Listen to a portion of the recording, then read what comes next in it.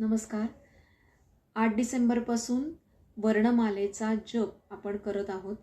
ही अक्षरं कशी काम करतात, ऊर्जा कशी देतात आपल्याला, तेही अनुभवत आहोत. या अक्षरांची जी तत्व आहेत त्याचाही व्हिडिओ मी टाकलेला आहे की कोणत्या अक्षरांमध्ये कोणती तत्व आहेत. त्याचप्रमाणे कोणत्या अवयवांसाठी ही अक्षरं ऊर्जा देतात तेही टाकलेलं आहे.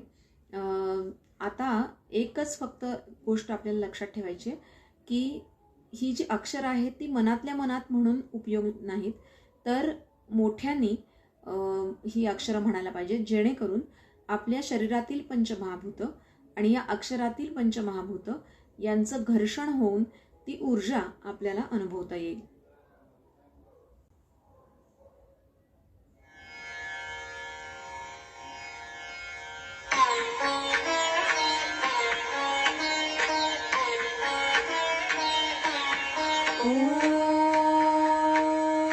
Am am im im rum rum rum rum em aim am aha gam kham gam gam cham cham jam jam yam tam tham dam dam nam tam tham dam dam nam pam pam bam bam mam Yama rum lump वम शम शम सम हम रम क्षम न्यम